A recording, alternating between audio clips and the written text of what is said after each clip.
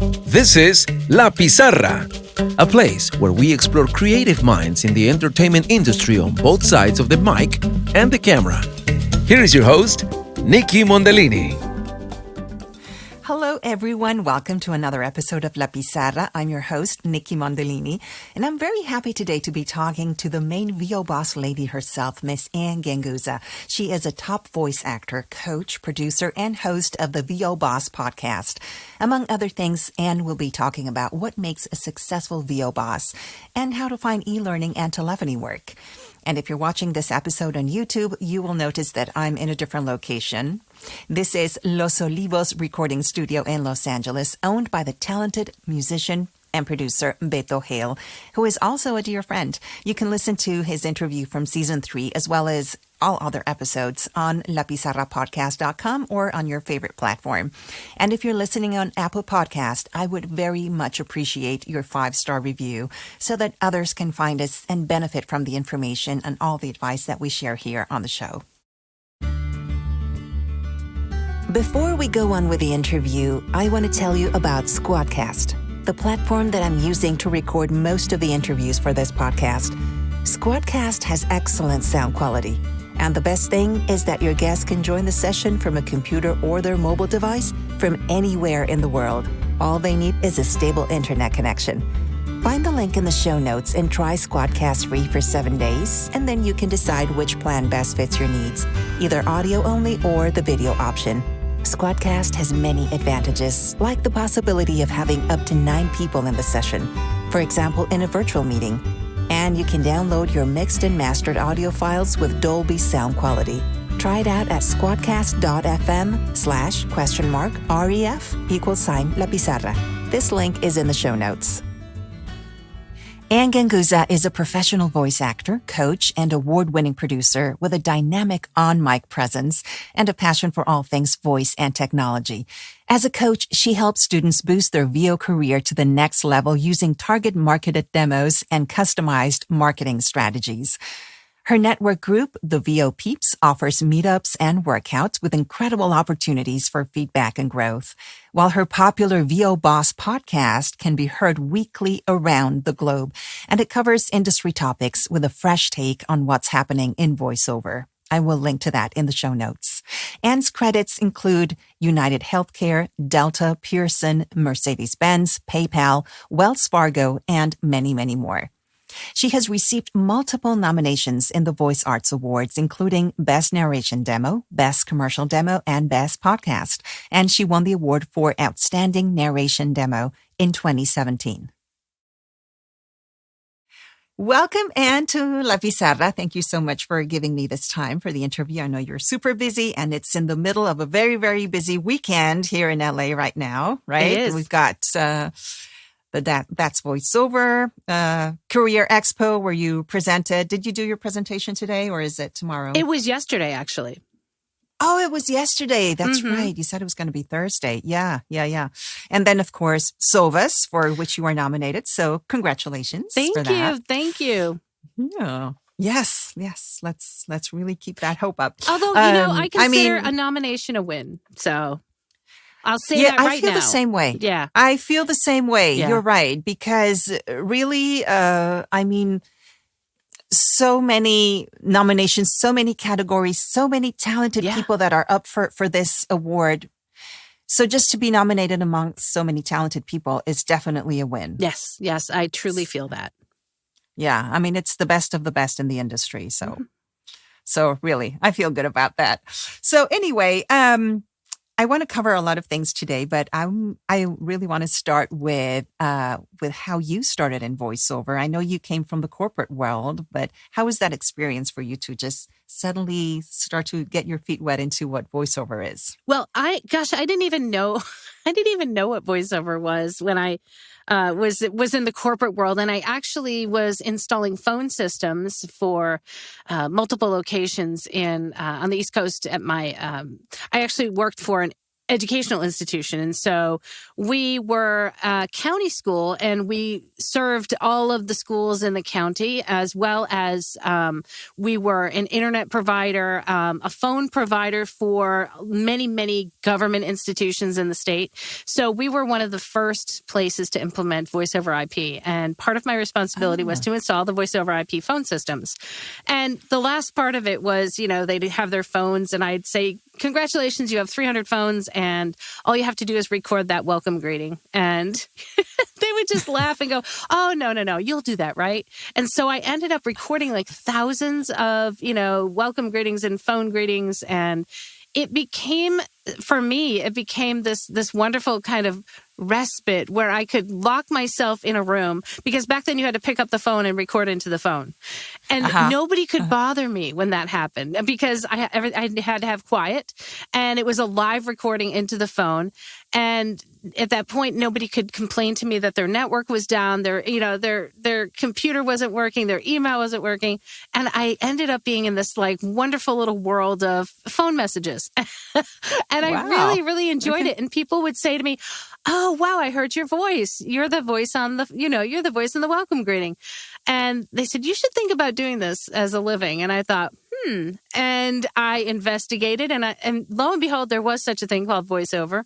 And, did my due diligence, got some training for a while, and got a demo and started actually doing voiceover part-time while I was still working full-time. And I loved it. It was such a creative outlet. And I think what I loved about my job at the time was, I was a network engineer, and I was always solving problems. And that to me is a creative aspect of a technical job. And so the getting into voiceover was really just expanding on the creative part of it. And so I love that. And I worked for the school for about 20 years. And then I decided that I was done. While I loved coaching and teaching, which, I still do, and working with this technology, I was really so invested in trying to make a go at voiceover full time. And I said, yeah, you know what? I'm ready to make that leap. And so I haven't looked back. Absolutely. Wonderful. One of the best decisions I ever made. But, I think everything up to this point contributed to who I am as an artist. Mm-hmm. Every bit of experience, every bit of corporate experience, educational experience, teaching, every part of me is now who I am in voiceover. And that's what I really love, is that I've been able to embrace everything that I've come to, this place with, and really just have a lot of fun with it. I think it prepared you, everything in your experience, in your career, to now be like one of the top voice artists in your areas. But I mean, you also do commercial. And so at what point do you think that it started to become something that really drew you in to do e-learning, to do medical, because you also do medical narrations, and my goodness, tackling those medical terms. Well, so how do you do all of that? You know? That's a great question. And again, I think every piece of me is in every part of what I do today, because e-learning, I was in education, for many, many years. And I'm also a coach. And so I think probably if you said to me, Anne, what is your purpose in life? I think it's education. And mostly it's, hoping to motivate and inspire people.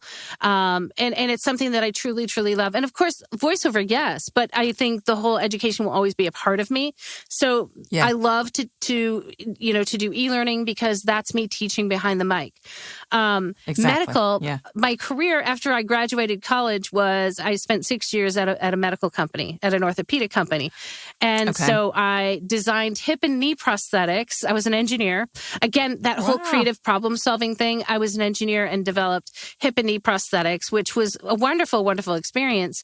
But that also drove me to wanting to be in medical narration as well. And I think that whole feeling of being able to help someone whether it be me designing a knee prosthetic or instructing them, with a voiceover, or easing their anxiety or pain, reading the pharmaceutical label, right? So because I always imagine, when I read the back of a pharmaceutical label, I'm nervous. I'm looking for, I don't know, do I have this symptom, or what if I took too much, or how much do I take? And so I always feel like being the voice of that, being somebody who can help and comfort and ease anxiety, that to me is just so, it's just so wonderful. I mean, it's just something that I love to do. And so all of that, all the parts that I love to do are embraced in my voiceover career. And that includes, like I said, the coaching, because I love to teach, medical narration because I had experience and I love to help people and educate them. And really, it's just all about the genres that I love to do. And I choose to do them. And that's what I love about this career, is that I can shape my business the way that I want to have it directed versus, me working in education or the corporate world where I'm working for someone, obviously. So the whole challenge and the entrepreneurship of being a voiceover artist, voiceover actor, is also something that I absolutely love about being in this industry. And for example, when you teach your students, and it's someone that hasn't had that experience in the medical industry or the technical aspect, or has been an educator, but they love voiceover and they like to do e-learning. So what is something that you tell them? Because you have a very conversational, natural approach to that, and what is required so that people actually pay attention when they're absorbing all this important information for learning purposes, for education. What is something that you tell your students so that they will not feel very alien to the copy if they don't have that kind of a background? Well, I think, first of all, I always ask them why they want to get into e-learning or medical. And I think if it's, if the answer is, well, I hear that there's a lot of work, or, there's a lot of opportunity there, a lot of money, I always kind of stop them and say, but really, I think, I want it to come from a place of wanting to serve, wanting to help. I actually think, even commercial copy, right?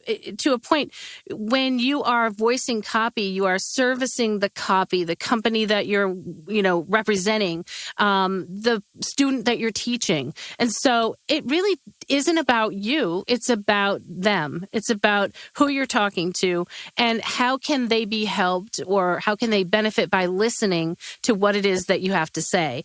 And I think that's number one. So I always make sure that, you really, I think you want to try to rethink the reason for wanting to get into a particular genre, because it really has to be from a place of wanting to help or wanting to educate, because that's going to make the best connection with the listener. Really, it's all about connecting, right, with the listener, no matter what you're doing. Really, unless I think any genre, you still have to connect with the listener. You have to speak to them and you have to be engaging. And to me, being engaging means it's like a two-way conversation. It's a give a take. It's like me speaking to you and you're listening, and then you're accepting, or you're understanding, or you've got a question, and then you bounce that back to me, and then I answer, and then I might bounce something back to you. So it becomes something very personal and intimate. And I always feel like we're in other people's ears, and we want that conversation to be directed at them. Like, nobody wants to sit and listen to somebody read a PowerPoint presentation. Or if you've ever been in a presentation where people have read off the note cards or reading off the PowerPoint, it's not engaging at all. And as a matter of fact, I could be that person sitting in the back of the room going, well, she's not going to notice if I text. So let me just check my email, or let me just text my friend here. She won't notice because she's not talking to me. And, she's talking to, I don't know, the air. She's talking to the group of people. So I always feel for us, we really need to establish that connection to our listener to be the most effective, right? And I think for people to want to listen to us, we have to be talking to them. Exactly. Talking to them. And for example, tackling those medical terms that are not easy for people that don't have that kind of background. What do you recommend in that Well, case? you know what's so interesting is if you break it down into technical aspects, if you've taken your English or Spanish class or whatever it is, right? There are nouns. There are things we talk about. There are actions that happen in a sentence. And then there are actions that happen on nouns in a sentence. So like breaking it down into, let's say, diagramming an English sentence, it would be a noun, verb, and object. Those things are important to the context of what it is you're saying. Like, what are you talking about and what's happening? And, what's happening to the object that you're talking about. Those are the words that need to be highlighted, so to speak, into the ear of the listener, because those are important to the actual meaning of the sentence. And we are communicators, right? And so we need to always assume that maybe people are half listening to us. And so whatever words that become emphasized are the ones that will kind of stay in the ear. And that would be like the noun. What is it you're talking about? The medical term, that you're talking about. And so all of those, if you can break down a sentence into what is it, what's the action and what is the action being taken place, or what is the action taking place on, you can understand what words are important, whether you know them or not. Whether that medical term is foreign to you or not, it's usually something that needs to be highlighted or emphasized. And it has to be, it has to be emphasized in a way that's not overly dramatic or overly articulated even, because today there's so much information out there and our attention spans have gotten so short that we need to actually be I always talk to my students that we're the audio cliff notes for the listener. Really. If you know what cliff notes are, back in the day. Summaries. Yep, you'd buy that summary. So you vocally have to summarize what's happening in the copy so that if somebody's half listening to you while they're standing at the refrigerator grabbing a drink or, something to eat, they hear those words that are important. It's kind of like writing a telegram. I mean, I'm going to date myself, but, it's like, sell car gone France. If I say that to you, you kind of get what I'm saying. Like sell car gone France. Sell's your verb, car's your object, gone, right? France.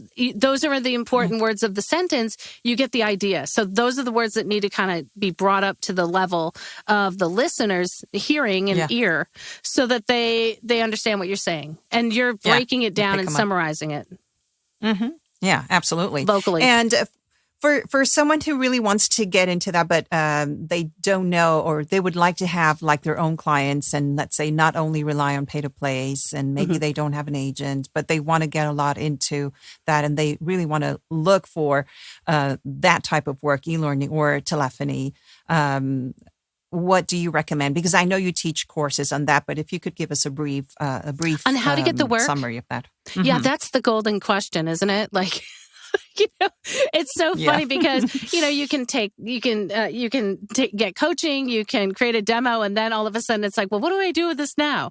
How do I get the work? And that's like, I'm going to say, for anybody in the VO business, even, people who've been in the VO business for a long time, it's a good 70 to 80% of the work is marketing yourself. And people can't hire you if they don't know that you exist or they don't know that you offer, voiceover as a service. And so you really have to get yourself out in front of the people or the potential people who can hire you. And that is, the golden question. There are so many ways to do that. And I think you have to employ all of them because, especially when coming from corporate, I had a paycheck that came every 2 weeks and I could depend on that. Well, now we are entrepreneurs and that's no longer, the case. Unless you have a contract with a company that you're voicing for. And that can happen. I've had multiple contracts, but they haven't lasted, I have one contract. Some of my clients I have worked for 16 years. But a lot of these jobs, sometimes they're just one-off jobs and you get the job, they pay you and you're done. And so you continually have to be searching for new clients. So pay to plays are one way to do that. I mean, you're just getting your voice out there. I have a product called the Boss Blast, which is because I became very busy because I was trying to do everything that I wanted to do. And I was doing a fairly good job of it. Coaching, doing voiceover, running doing my podcast, and then also running the VO Peeps. And that was just a lot of things to do. So I didn't have a ton of time to audition. And I thought, well, I just need to direct market to agencies or, in-house production companies or just companies in general. And so that's what made me come up with the Boss Blast, because that, allows me to submit, or send marketing emails to potential clients who can then, get back to me and say, hey, this is great. How much would you charge for this? Or, they've heard my demo. I think probably the goal is, if you can, we're an online business, get people to your website so they can hear your demos, or, market to them via email so they can get to your website, or attach your demos so they can hear them. And then they're interested, they like your voice, and then they will, respond and say, this is great. How much would it cost for this? That would be for a lot of e-learning gigs or corporate gigs. If you have an agent, of course, they mostly will cover the broadcast, commercial, promo, animation. And so you have a combination of all of those things working for you. But I think even with an agent, you still have to market yourself. You still have to audition. So there's pay-to-plays, there's your agents, there's direct marketing, and, really it's just constant. There's, having a presence online, having a presence on social media. There's creating content. I can't I have content everywhere. And it's not an easy thing to do.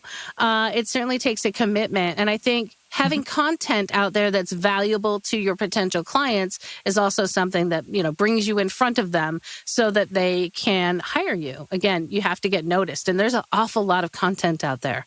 So yeah. Oh, for goodness sake, yes. I mean, there is a lot of competition, and some of that content is relevant, and some of it is not that much, and you have to come up with creative ways, right? Mm-hmm. But getting back to your email blast. So, how do people get on that list, and what does it take? Like someone gets you send. From different people's emails, and you send it out to your curated list of clients, or that's how it works. Yes, actually, okay. I purchased a service that is a list of over 90,000 creatives. Okay. Gosh, I've had this for over 5 years. And the cool thing about it is it's not just a static list of people. It literally is a dynamic list that gets updated when somebody leaves an agency, the name is taken off the list. When they add new agencies on all the time, or the new companies or new production companies all the time. And so I pay for that list.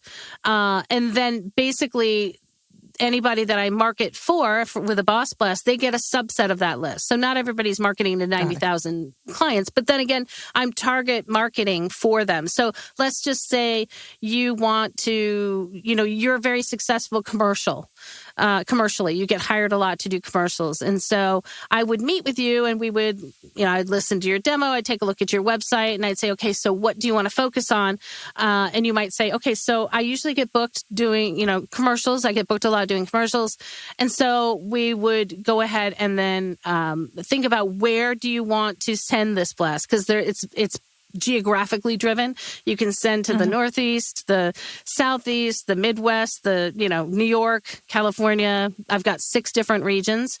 Essentially we decide where we want to send that. You can send it to the entire US if you want. It's, really depends on what you want to do with it. And then as a VO boss, because VO boss has permission to send to these lists, I would create a subset of that list, probably a list of anywhere from 800 to 2,000 people on that list. And then you're the only person that is going to be sending to that list. So that I pretty much guarantee. I don't work with a ton of clients so that we can split that list up. And so we would send an email on behalf of VO Boss introducing you to a list of clients. And then a couple weeks later, we send another follow-up email. And then you decide, we look at the stats, we can see who opened them, we can see who clicked. any of the responses. So if an email goes out to a client or a potential client and they are interested, they can reply to that email and it goes right to you specifically. So I don't even know if anybody is, I don't know because I have the reply all set going directly to you. So you handle all the clients, they're yours. I don't get involved in that. I just promote you, basically.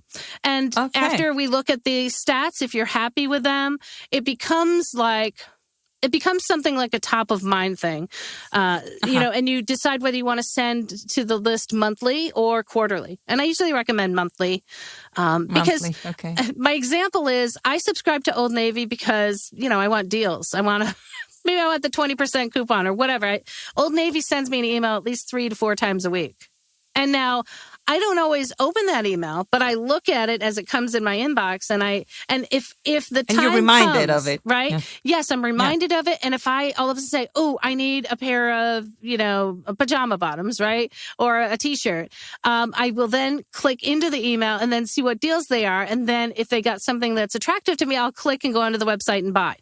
And so that's the same thing with our voiceover services, right? It really is a whole game of timing. And, you could have a great client that's interested, but they just don't have anything that they need you for at the moment. And so they may put you away in their folder if they're organized, or they might be like me where I'm like, every once in a while, if I see that email, I'm like, oh yeah, that's right. I need those shorts. Or, so it might be a no, but it's not ever. It's just a not right for now. It's a no for right now. Yeah. And if you think about it, let's think about a company, right? Apple. Apple has a bunch of products, but they don't introduce new products every day. Right? They introduce I don't know, every season, every year there's a new iPhone or, there's a new iBook. And so, or a new MacBook or something like that. But it's not every single day. So therefore they might have already, voices that are representing that particular product. And so they don't need one right now. But next year when the new iPhone comes out, they're going to need something or, they're going to need a voice. And so that's the way it is for any type of real product. Now, the interesting thing is when I create these lists, I have choices where I can send to agencies. Now, agencies work for multiple companies, usually at a time, right? Or use, multiple clients. So if I'm sending to an agency and they might have 10 or 20 clients, I might have a better chance maybe of getting a particular gig. Maybe not if it's corporate narration, right? Because a lot of times they're working on commercial, or, whatever it might be. It really depends, again, on the timing of it. And so it's important for you to remain top of mind to your clients. Mm-hmm. Yeah. And this is one way to help you do that. Exactly. But because a lot of people, I know in my case, when I was starting out, I was mainly on pay to place and with one agent in Houston and, and work was coming and then I was just depending on those two things and it wasn't coming in fast enough. So I was, with those periods of time where I'm like, okay, no, this is not working and then I would start to look for people here and there, but then I wouldn't really follow up that much. And that's the mistake that many people make, I think, especially at the beginning, because they think like, well, I've sent to 10 people and it's been 3 months and I haven't heard back. Well, but did you follow up 2 weeks later? Right. So that's the thing, Exactly. if you don't follow up and if you get discouraged, that's it. You're losing the battle, right? It's not personal, right? If they don't open your email, it's not personal. Exactly. But if they see it continuously, then they might open it at some point, but they know that you're active, that you're there, that you're searching. And that's it. That's what helps, right? And what else is important to know is that there are different types of lists. There are, there's another way, obviously, where you can go and get your own, or you can kind of do a search and get addresses on your own, look for companies, post-production companies, and then look for an email address. But that is what I call, and you send an email, that is what I call somebody who did not give you permission necessarily to market to them. So you have to be very, very careful. And so the one distinct difference between that and my boss blast is that the people on the list have already agreed to be marketed to. And so my 90,000 people have already agreed that VO Boss can market to them. And so because you are a VO Boss client that we are representing, if you purchase a Boss Blast, you will be, Nikki at voboss.com. They will agree to, be marketed to by Nikki at voboss.com. And then ultimately, that when that email gets to them, the reply to is set to you. So we are representing you kind of like an agent, but not really, because I don't get in the middle of it once I market for you. And so that is what I call a vetted list, or a list that has already given you permission, a permission-based list. And that is so much different than, I'm sure you've gotten spam mail. I get it every day. People like who want to do my SEO, they want to do my website, they actually, it's incredible what, they want to do all sorts of, they want to market for me on Instagram, or I could be an influencer. So I get those, and I'm like, not sure. I never signed up for this. So when I get those emails, I get annoyed. And so it's really difficult when you're doing that type of marketing, when you've curated your own list and you send an email soliciting your services. That's actually, if you don't give them a way to opt out of that, and there's spam laws. So that's actually probably not, you have to be very careful. Not the best idea. You got to be very careful in how you word it so that you're not going to make people angry and annoyed. I mean, I get to the point where I'm like, I will never, ever buy from you because you've just sent me 5 emails and I am not on your list. So you have to be careful with that. You do, because then you're going to be shooting yourself in the foot. It's you have to be, smart about how you reach out to people. And another important thing for, I think for making yourself available and putting yourself out there is if you have a great website with good SEO. And that people find you. So if somebody's doing a Google search and they're looking for corporate narration or, commercial in the Orange County, California area or whatever, bilingual talent, whatever it is they're searching for.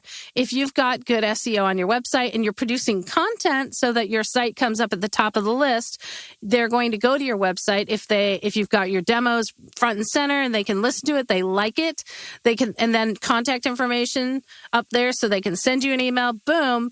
Now they've already listened to you. They've already liked you. And all you have to do is, negotiate the deal.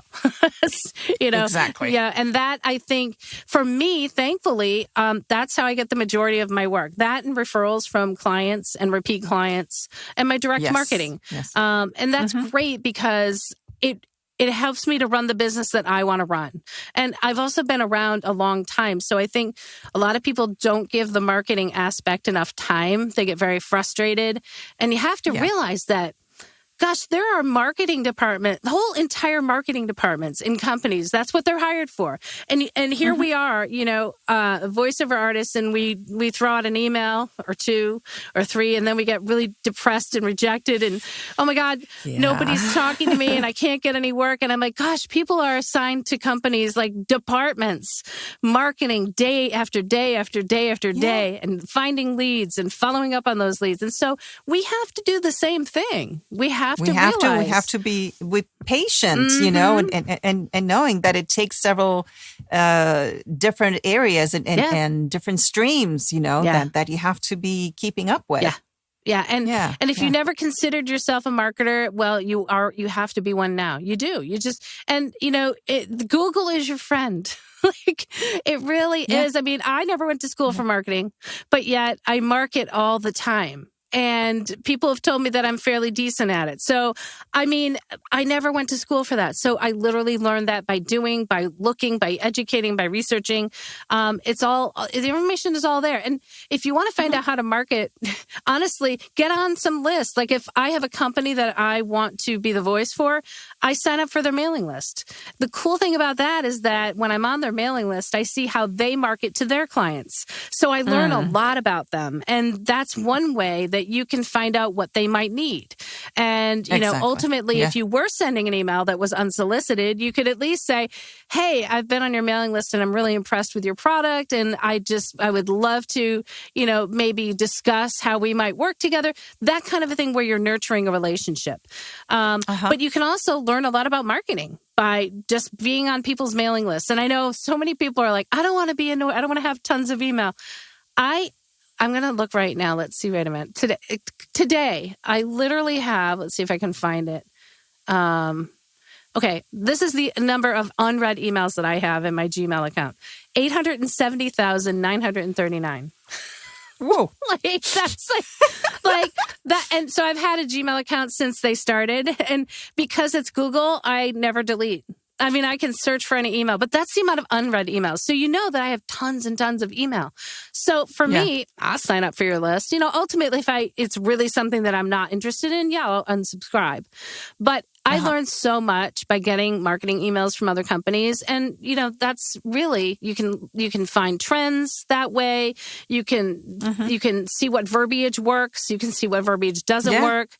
And that's true. That's true. The Mm-hmm. really the attention grabbing words. What makes you open an email from a company at a given point, and then you're like, oh, wait a minute, I can use that for myself. Exactly. I can Exactly. move it around and use it to my convenience. Yeah. And it's something that even veterans in this business have been in this for years. You still got to market. Like I don't stop marketing ever. And it's just something you either have to get used to or you outsource it to someone to do for you if you hate it. But it comes with the job, to be honest with you. I think that even if you hire somebody else to do it, you've got to oversee what's the content that's going. You've got to have content to market. And what's the best thing that we can market as voice talent? Probably our demos, our demos, our previous work, that kind of thing. So you have to make sure that you have the content to market. Exactly. You have to be prepared. You have to set up the store before you invite the clients in. Exactly. Otherwise, you've got nothing to offer. Exactly. Right? And as a matter of fact, before, I actually have to meet with people before we'll do a Boss Blast because I got to make sure that you have a good demo, that you have a website that, will allow people to reach you, something that's representative of your brand. And, ultimately, if it's something that may not look as professional as it could, I will give you that advice and say, you're not ready yet. Here's what I suggest. Do you have a YouTube channel with the work that you've done? Do you have more of a verbiage for your bio a little bit? Because again, remember, SEO works on, or search engine optimization works on words. Yes. And so these people that want to have clean websites, well, that may look nice, but it doesn't index very well. So people aren't going to be able to find you. And again, if they can't find you, they can't hire you. Exactly. If you look at my website, I got words all over the place, and people might think it's too wordy, but honestly, people do not have a problem finding me. So no, you have to put all those words there and repeat them. And it's all about strategy, right? And content. Content will get you found. And yesterday I was introduced by Stefan Johnson, who is, got this amazing TikTok following because he does commentaries on food. I mean, and he just started, I don't know, eating Fruit Loops, or he'll rate the cereals, and he's really funny and he's really amazing. And he's not selling his voice, but while he's on video and he's talking, obviously people are hearing that beautiful voice of his. And literally, the work comes in. I do videos based upon who I want to market to. Right now I'm doing teachable moments. I'm a coach. So I have a lot of people say, hey, I look at your videos and I really enjoy them and I want to work with you, or whatever it is.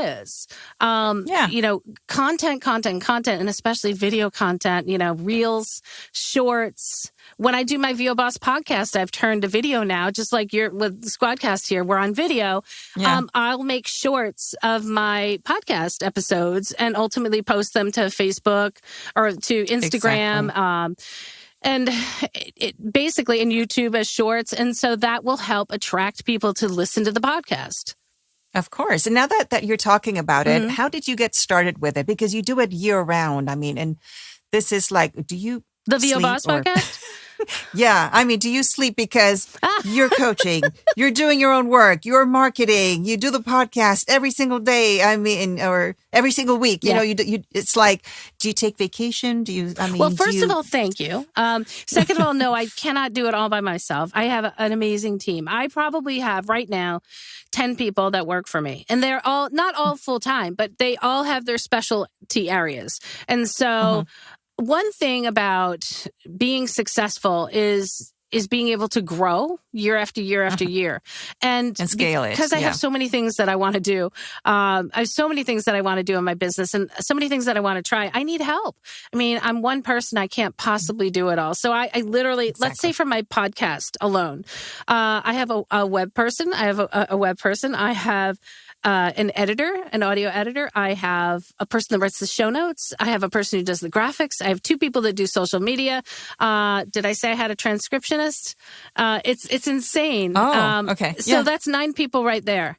That besides me and my guest co-host. So it's just that alone requires that. And then, you know, for each of my brands, I also have people that do things, and I'm constantly, constantly looking to fill any gaps that I might have in order to get that content out. Because you're right, I do an episode a week. I've done that for, close to 6 years now for VO Boss. Wow. Yeah, wow. It's a labor of love, as you know, right? Being a podcast host, it is a labor of love. It's not necessarily something that you make money with. However, I will say that I've gotten a lot of work from the podcast because people get to know who you are. And again, it's like putting yourself out there, like, you know, being on TikTok or putting yourself on YouTube and doing not necessarily you don't have to do voiceover things. Just do what you love. You know, create a podcast. Talk about, you know, if you worked in the healthcare field, talk about patient advocacy or something that I think needs to be talked about, or discuss, you know, have a partner and discuss movies that you love. Whatever it is, that whatever your passion is. That gets your voice out there. It gets you out. It gets you out there, and it gets you known for just your person. I can't tell you how many people come up to me and say, "Oh my God, I feel like I know you because I've listened to you for years," and they like know me intimately. They probably do because, you know, I mean, as you know, like when you do podcast after podcast, you are putting yourself out there. And yes, you are. You know, and also the aspect of it. I mean, a podcast is like a very intimate thing. I mean, you are in people's ears, and they might listen to it while they're out on a walk or doing chores or whatever, when they want to have a little moment to themselves. And the way that you talk in the podcast is, first of all, it's super fun. It's very engaging. And you always, I mean, you have a knack. And I say this because, I mean, I've followed your podcast, and I'm like, thank you. Man, I was just thinking about that the other day. How does she know? She's really talking about that thing that was on my mind. Thank you. You know, like with AI, for example, and you had a whole series about that, and you had the people that have the companies for that do AI, and it's something that we're all worried about in the VO industry. It's like, will AI voices be done with you know, with our work? You know, it's just like, will they take over? You know, it's really unnerving. You know, and you talk about that. That was such an undertaking for me. I you know, it was because you know, my past career. It was in education, it was technology. And so it was the combination of, I've always been fortunate to work on what I call the edge of technology, the bleeding edge of technology. So part of my job at the school was to investigate and educate on evolving new technologies. And so I was teaching HTML back in 1994 on, you know, Notepad before the web became a craze. We had virtual reality headsets back then. And there's just all sorts of cool technologies that were evolving. Voice over IP back then, I remember people saying, "Oh my God, it's horrible. It'll never last." And now everybody has voice over IP. They don't even realize it. You know, their phones are over the internet. And so in reality, I have a deep understanding and appreciation of technology, realizing that little old me is not going to stop the evolution of AI. And so I said, it's coming, it's here.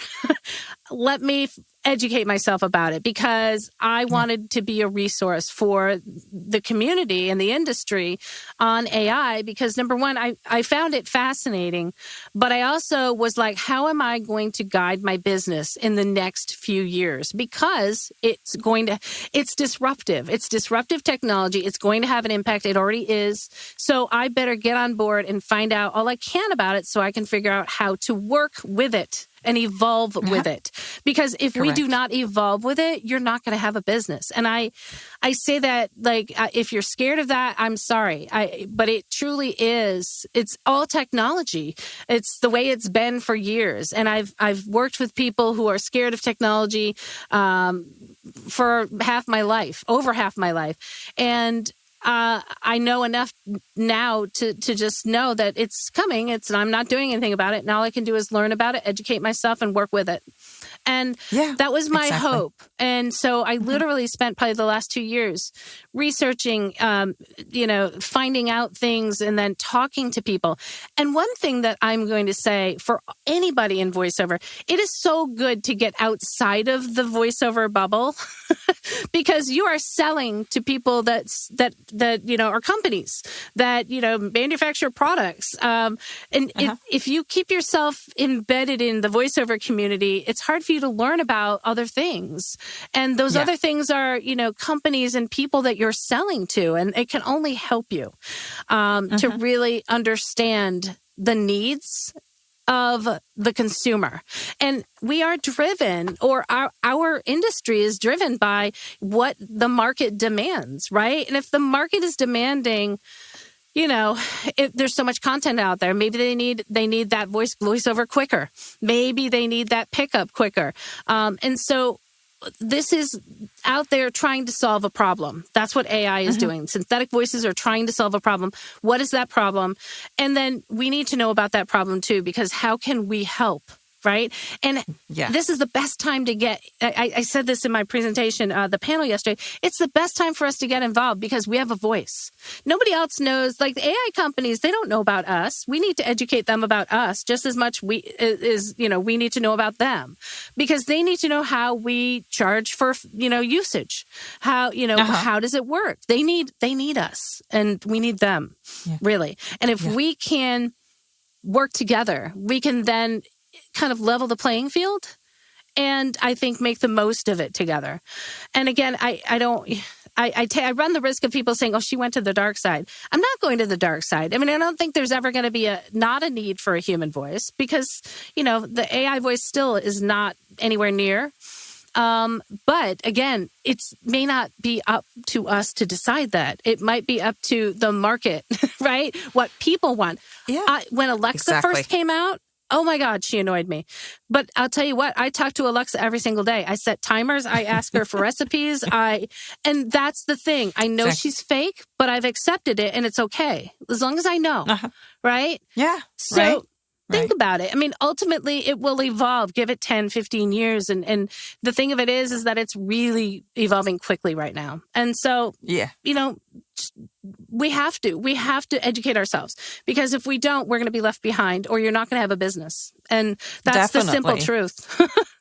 Yeah, it is. We have to. And we have to learn how to charge them for that. Like you said, they need to learn about how we charge for usage because they might think that it's okay to just borrow your voice. Exactly. And it's not. There's been a dispute for that, with several colleagues. But that if that is regulated and it's like really established, okay, so yes, I will give you, this will be a voice bank and I will give you a certain amount of prompts or whatever. With the licensing, this is what it's going to cost you. Exactly. Yeah. And again, I will say again, I'm not saying that our human voices are not going to be needed. I mean, we're going to need to be more human than ever, right? Because we need to distinguish ourselves from synthetic voice. So, hey, correct. It's okay. You can hire the human Anne. And I'll be amazing, right? I will have I will be the most human, expressionful, human being that I can be. And I'll give you all that all the stuff that you need. But if you, but if you don't need that for, I don't know, maybe a short prompt for the telephone, you can hire my synthetic voice. But I just want you to know, just like my human voice, I'm not Tiffany's. I'm Tiffany's. I don't go on sale. My synthetic voice is not cheap. It's less expensive, but it's not cheap because again, if I'm going to manifest myself, I'm going to manifest my business, and I'm going to manifest my synthetic voice as, my synthetic voice, I'm a celebrity voice. You want my synthetic voice, right? You're going to pay me like it's a synthetic celebrity voice. And if you don't pay that, that's okay. That's okay. That's, somebody will. It's kind of like, it's kind of like how I run my business, right? I mean, we know we charge what we're worth. And ultimately, your human voice is worth it, and so is your synthetic voice. So don't let other people tell you that your synthetic voice is cheap, right? Or it's pennies. It's not. And this is the time for us to establish that, because it's the Wild West, the Wild West of rates. I agree. And so let us establish rates that are fair. Right? That are fair for synthetic voices. And also realize that if you have a synthetic voice, you're going to have to revenue share with the company who produces it, because I don't have that machine here to make my own voice. I just don't. Yeah. Somewhere there's a computer that is got the code that's generating that synthetic voice and those words and that audio file. So that's really all it is. Again, I would say for everyone, hone those acting skills to be the best human voice that you can be, because that's still going to be in demand. And that's what I'm teaching all my students. Even if you're doing medical or corporate and you think you don't need to be an actor, oh my gosh, you are so wrong. Again, it's like, why would I listen to someone reading me something if I can read it myself? It's like, you need to find out that corporate story. You need to be the teacher behind the learning, module, so that you're excited. You're motivating people. Like, who was your favorite teacher, in school, and why? Because they cared about you. And so if that's not coming through the mic, that you care about them as a student, that you care that they learn, you're not going to get hired. Correct, because you're going to put people to sleep. Exactly. If you read like that, there has to be something behind it, and you have to draw people in.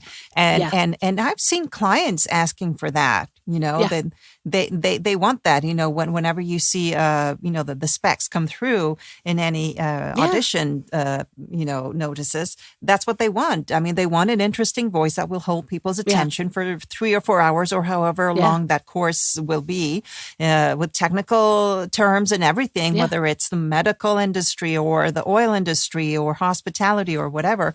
Technology doesn't have to be read in a very boring way. Absolutely.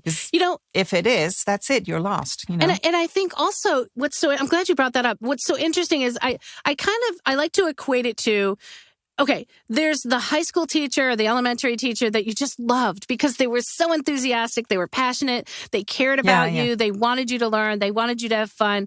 And then you got to college and you got that professor who says, I don't care if you come to class. You just here's the material. And then he'd walk out and then you'd have to learn it. And pass the test. And that was it. So if you want to talk about the difference between the client or the company that wants that, that voice that engages, right? Or are you the company that's the college professor that doesn't care, right, necessarily that their e-learning materials are handled by a warm, caring teacher. They just, here, you got to learn it. That's it. It's your responsibility. I don't care if you're engaged or not. So again, it's up to the client. And again, we are, I wish I could say every client should care. Every client should care about, the human part of this acting and the warmth and the connection. Not all of them will. Not all of them have a need for that. Like, for example, if you're just disseminating news in short bursts, maybe 5-second, intervals or whatever, even something short that doesn't necessarily matter, or you're doing some sort of short copy that it doesn't matter and we know that it's not human, then maybe they'll hire a synthetic voice. But I think for the majority of people that really want to make a connection to their clients, they're going to want the human voice. And again, it's going to find its way. I don't know, again, how long will that be? I just know that I'm learning as much as I can so that I'll be ready. And I'm prepared for whatever can happen in the industry. Again, I think everybody has to take a look at it. This is your business. And it is important for you to, maintain that business and be successful. And so what is that going to take for you? It's not your determination of, well, you need to hire me as a voice actor that's, with all the humanness. Yeah, of course, that's wonderful, but maybe not every client is looking for that. And maybe not every client needs that. Find the clients that need what you have to offer. That's it, really. Exactly. It's like find the clients who will pay you what you're worth. And that, ultimately it becomes, I think, a quest in your career to find those clients that will pay you what you are worth and you can deliver what they are looking for. It's as simple as that. Absolutely. Now, is there something that you wish you would have known when you started your voiceover career that, something that you learned later, but that would have saved you time or that would have helped when you were starting out? What would that be? Oh, goodness. Let's see. That's a good question. I think maybe more of an understanding in... this is like, I didn't go to school for business. I didn't know, like, how do you start a business? Like, how do you succeed in a business? A lot of that stuff I had to kind of learn. And I wish I maybe could have learned early on to give myself more grace, because there's a lot of times that you're going to make a mistake and you're going to fail a little bit and you're going to, and for me, I like to consider that and say, well, I didn't really fail. Or I failed and I learned. I always like to learn. And so maybe I just changed directions because it didn't work. So in the beginning, I was really, really hard on myself. If something didn't work out, I remember I would worry and worry and worry about an audition. And I'd be like, oh, I could have done that better. Or, and I would obsess over it, which I know a lot of my students do. It's nice because I have great compassion. But I'd redo that audition 100 times. And then I'd be like, oh, I don't like it. Why do I even belong here in this industry? And I would just sabotage myself. And we just did a podcast episode on it. And I wish back then I had known what I know now, and because it happens to all of us. And I think that, we have to give ourselves some grace because this is a journey. Yes. It's not an overnight journey for sure. And I think that, I would have spent a lot of less time. I mean, I remember. I remember when I was like first starting, and I think I submitted an audition, and one of the people said to me, "It sounds like you're talking through a tube," and I was mortified. I was like, "Oh my God!" Like my studio wasn't set up, and I was like, "Oh my God, I'm horrible. This is awful. Like I'll never make it in this business." And I cried, and I think I could tell that girl now that, you know what, it's okay. This is a journey. We all learn, and you're going to be fine. You're going to be fine as long as you have the will to learn and educate and and progress forward. It's going to be okay. Exactly. It's going to be okay. Exactly. So yeah, well, that's a great thing to talk about, because I think we all are super hard on ourselves. But there are a lot of clients, a lot of people that need voiceover. And if it didn't work out with one client, that is like a little wake-up call. Those are the things that let you learn and see, oh, okay, you know what? That means I need to get better equipment. I need to learn how to edit better. I need to change my mic. Several things that you, bit by bit, you go learning, you're progressing, you're upgrading your studio until finally you reach the point where you're like, oh, here I am now. I'm giving top quality audio. Wow, that's great. But it's a learning curve, and you do have to give yourself grace and time for that, and patience, of course. Well, right? Too, what really drove that home was, cancer. Do you know what I mean? I was diagnosed with cancer, and I thought, God, I was so worried about my audition. Do you know what I mean? And it's like, it puts things in perspective. It really does. And it's like, well, it was, you have to look at it. I mean, I can only look at it in a positive light, that it was a blessing. I mean, I'm here, thankfully, and I'm, you know what I mean? And everything's good. Very thankfully, yes. But for that, I was like, I remember 2 weeks after my surgery, I was in the booth being able to, I couldn't do a ton, but I was like so thankful. And I thought, God, God, here I was obsessing about the way I sounded. And look, you know what I mean? Like, that's nothing. Like this little script is nothing compared to what I just went through. And so it really gave me some perspective on, enjoy that journey, enjoy the learning, enjoy everything that you do, and give yourself grace. For sure. Yeah. Well, that's a great bit of advice for everyone. And how can people find you? I'm going to link to everything in the show notes. But thank you. I mean, I know you are everywhere because you do your very good marketing. But Thank you. Yeah. AnneGanguzza.com is probably, that's like a central. So AnneGanguzza.com. That's all things Anne Ganguzza, coaching, demo production, all that good stuff. The VO Boss podcast, of course, is at voboss.com. And I hope everybody listens to it and comments and listens to the AI. And people, it's funny because I have people who've not listened to it yet because, again, they're it's all on everybody's time as to when are they going to really, think about that and as a possibility. But yeah, voboss.com. And then I have my group, my VO Peeps group, vopeeps.com, where I do monthly guest director workouts and also have a little membership where if you want to have some educational materials available to you. You get some discounts on the live events as well as a free monthly webinar. That's at vopeeps.com. Perfect. Wonderful. And of course, you regularly give conferences. I mean, you give talks and workshops at different conferences, I do. Right? I do. So that's where they will find out where you're going to give on your website. Yep. Yeah? I'm looking forward to being at VO Atlanta next year. I'm also going to be teaching at a JMC Euro retreat and possibly a couple other places. I know I'm doing a webinar in January with John Florian, and I've got some great guests there that people can sign up now for that. And I've got some other places. I think I'm teaching for Voice One coming up soon as well. So I should have all that information on my website, and it'll be advertised on social media as well. So yeah, I think that's the best thing, for people to go on your website and then definitely follow you on social media to find all of those bits of information and really, dear listener, and you who are watching on YouTube, you have to watch the VO Boss. It's a great podcast. Listen to it, follow it. You will get a ton of information. It's almost going to be like VO University because you cover everything, every aspect of the industry. So I'm really happy that you were, able to come here. Thank you so an much. hour has gone quickly, but I wish we could touch on more things. But thank you really for sharing all your knowledge and your advice. It was great. Just wonderful talking to you here. Thank you so much. It was a pleasure and an honor.